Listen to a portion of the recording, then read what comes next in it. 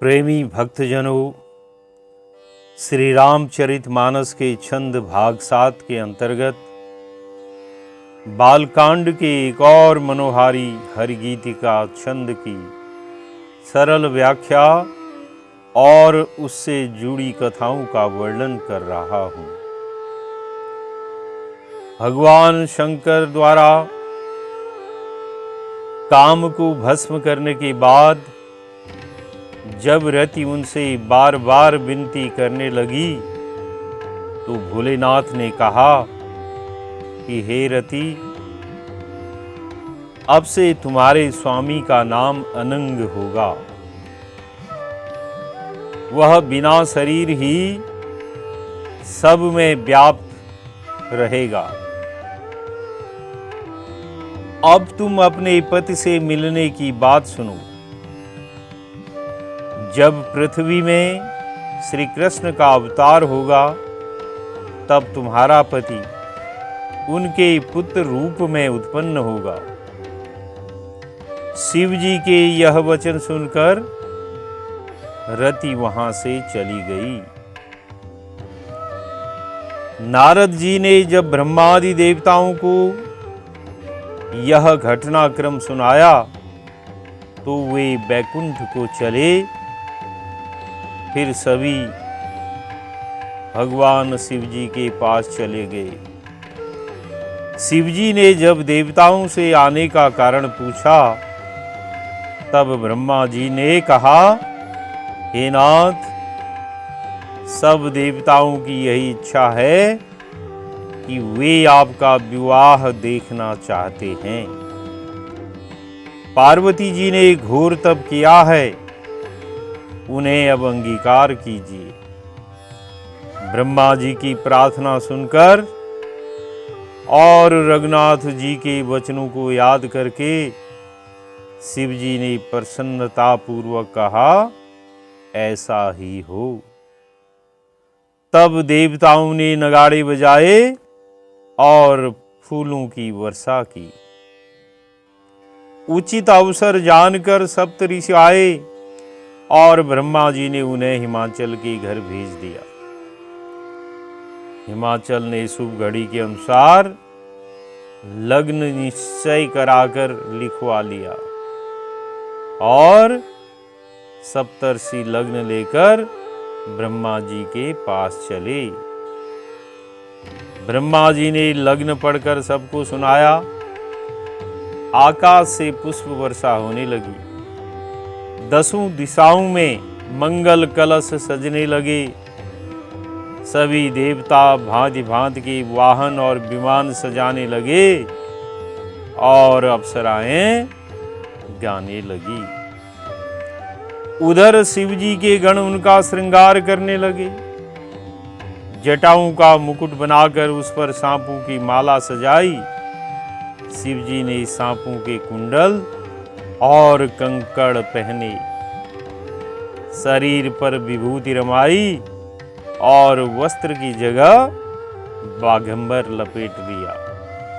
मस्तक पर चंद्रमा, सिर पर गंगा जी, 3 नेत्र, सांपों का जनेऊ, गले में विष और छाती पर नरमुंडों की माला थी। एक हाथ में त्रिशूल तो दूसरे में डमरू था। शिव जी बैल पर चढ़े हुए जा रहे हैं। गजब का श्रृंगार किया है भोलेनाथ ने। क्या दूल्हे का ऐसा श्रृंगार होता है? अब श्रृंगार में भोलेनाथ के क्या है? सर्पों का मौर,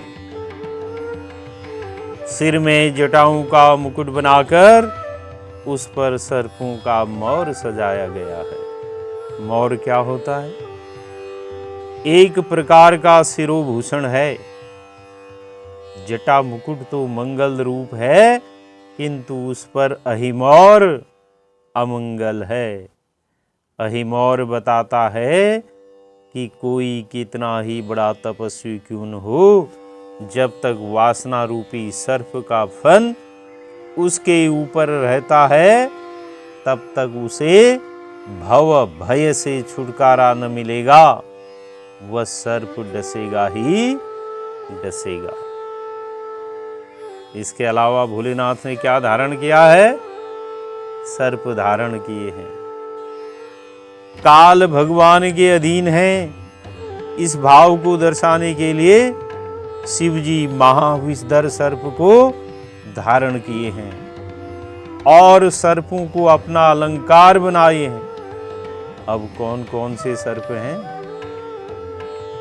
सर्पराज वासुकी को छाती पर यज्ञोपवीत की भांति धारण किए हुए हैं।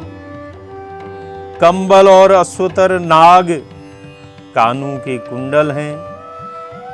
करकोटक और कुलकी उनके कंकण हैं बने हैं। शंख और पद्म नामक नाग उनके भुजबंद हैं। भस्म रमाए हैं। भस्म क्यों रमाए हैं? स्थूल जगत का अंतिम परिणाम भस्म है। इस स्थूल ब्रह्मांड को भस्म रूप में लाने वाले शंकर हैं। यह त्याग, वैराग्य, उदासीनता, निर्लिप्तता आदि के भावों को भी प्रकट करता है। इसलिए भोलेनाथ भस्म रमाए रहते हैं। व्याघ्र चर्म, व्याघ्र चर्म धारण करने का भाव है कि वे अति शौर्यशाली और बली जीवों पर शासन करने में समर्थ हैं तथा दोषों को त्याग कर गुणों को ग्रहण करना चाहिए। यह व्याघ्र चर्म हमें सीख देता है। मस्तक में चंद्रमा धारण किए हैं। मस्तक में चंद्रमा का संकेत यह है कि वे टेढ़े, दीन, क्षीण, कलंकित को भी शरण देने वाले हैं। गंगा जी का मस्तक पर धारण करना ऐसा तेजपुंज जो संसार के कल्याण के निमित्त धारण किया हुआ है, जिसे केवल महादेव ही धारण कर सकते हैं, क्योंकि हिमालय ही उनका सिर है जहाँ से गंगा जी का आविर्भाव होता है। तीन नेत्र कृषाणु, भानु और हिमकर रूप हैं भगवान शंकर के तीन नेत्रों के। और जो मध्य नयन कृषाणु है वह बुद्धि के अधिदेव सूर्य ज्ञानाग्नि का सूचक है। सांपों का जनेऊ सर्पराज वासुकी का जनेऊ बनाया हुआ है। गले में विष भगवान शंकर को कहते हैं गरल कंठ। संसार के अनिष्ट से अनिष्टकारी पदार्थों को भी अनुकूल बनाने में समर्थ हैं। इसीलिए भगवान शंकर ने विषपान किया और उस विष को अपने गले में ही रख दिया, इसलिए उनको गरल कंठ कहा गया। नर सिरमाला यानी मुंडमाला शरीर के नष्ट होने पर जो अवशिष्ट रह जाता है, उन्हीं सब जीवों की स्थिति के सूचक भगवान शंकर के गले में मुंडमाल पड़ी हुई है। त्रिशूल धारण किए हुए। अब त्रिशूल का भाव क्या है? त्रिताप का नाश करना, अर्थात जागृत, स्वप्न एवं सुषुप्ति इन तीनों अवस्थाओं से परे होना, यानी यह त्रिशूल का भाव है। और डमरू धारण करना, रात्रि दिवस को ही शिव जी डमरू रूप से धारण किए हुए हैं, यानी यह समय को बताता है। और वृषभ यानी बैल की सवारी। वृषभ क्या है? धर्म का स्वरूप है और वे उस पर सवार हैं।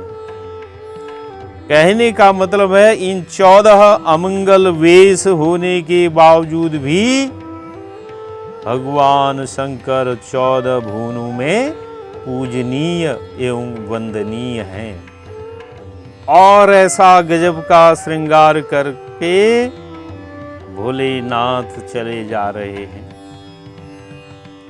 और उधर विष्णु और ब्रह्मा आदि देवता परम सुंदर वाहनों पर चढ़कर बारात में चले हैं। भगवान शिव ने भी अपने सभी गणों को बुलवा लिया है। सभी गणों ने चरण कमलों में प्रणाम कर सिर नवाया और तरह तरह की सवारियों एवं तरह तरह के वेश वाले अपने समाज को देखकर शिव जी हंस पड़े। अब भगवान शंकर क्यों हंसे होंगे? क्योंकि कोई बिना मुख का है फिर भी वे जीवित हैं।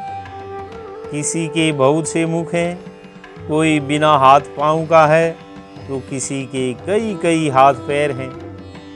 किसी की बहुत आंखें हैं तो किसी के एक भी आंख नहीं है। कोई बहुत मोटा ताजा तो कोई बहुत ही पतला दुबला है। यहाँ पर तुलसीदास जी ने अति मनोहर छंद लिखा है। आइए इसका गायन करते हैं।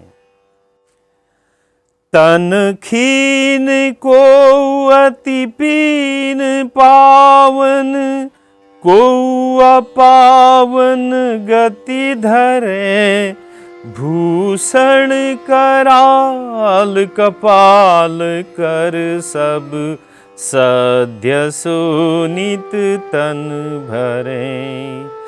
खरस्वान सुअर श्रीकाल मुख गण, वेश अगणित को गने, बहु जिनस प्रेत पिशाच जोगी, जमात वर्णत नहीं बने। तन खीन को अति पीन, पावन को अपावन गति धरें। तुलसीदास जी कहते हैं खीन, खीन का अर्थ है पतला और पीन का अर्थ है मोटा। तो कोई गण जो है भगवान शंकर का, कोई मोटा ताजा है तो कोई अत्यंत दुर्बल शरीर का, बिल्कुल ही सूखा हुआ है जिसके शरीर में मांस ही न बचा हो। ऐसे भी गण वहां मौजूद हैं। कोई अपवित्र वेश धारण किए हुए है, कोई अपावन गति धरे। यहां गति का अर्थ दशा है।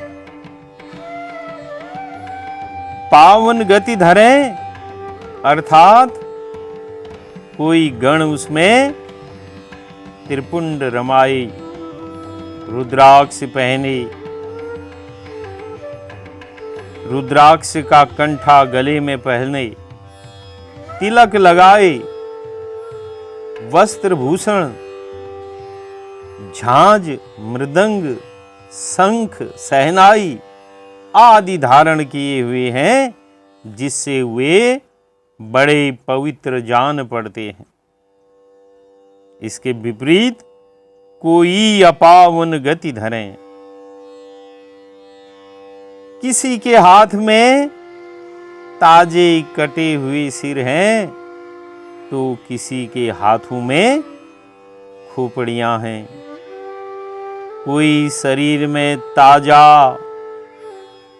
खून मले हुए है अर्थात अपवित्र पदार्थों को धारण किए हुए हैं। यह अपावन गति यानी कि अपवित्र गति है।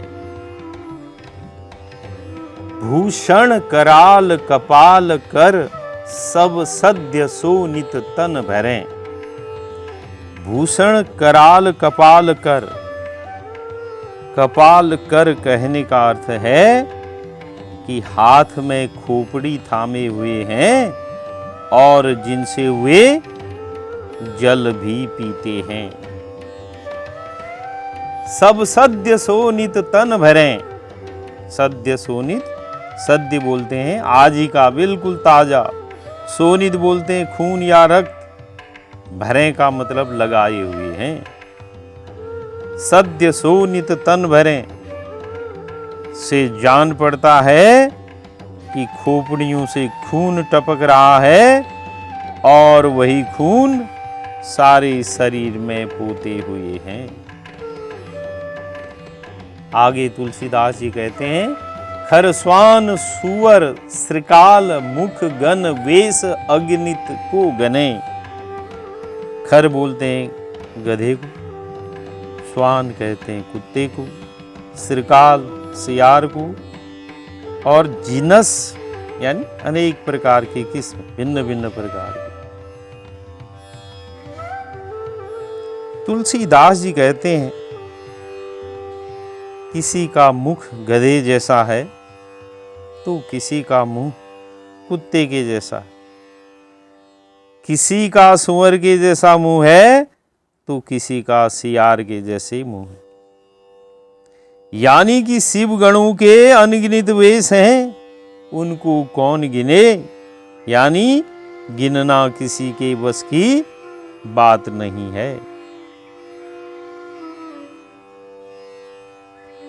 बहु जिनस प्रेत पिशाच जोगी जमात बरनत नहीं बने।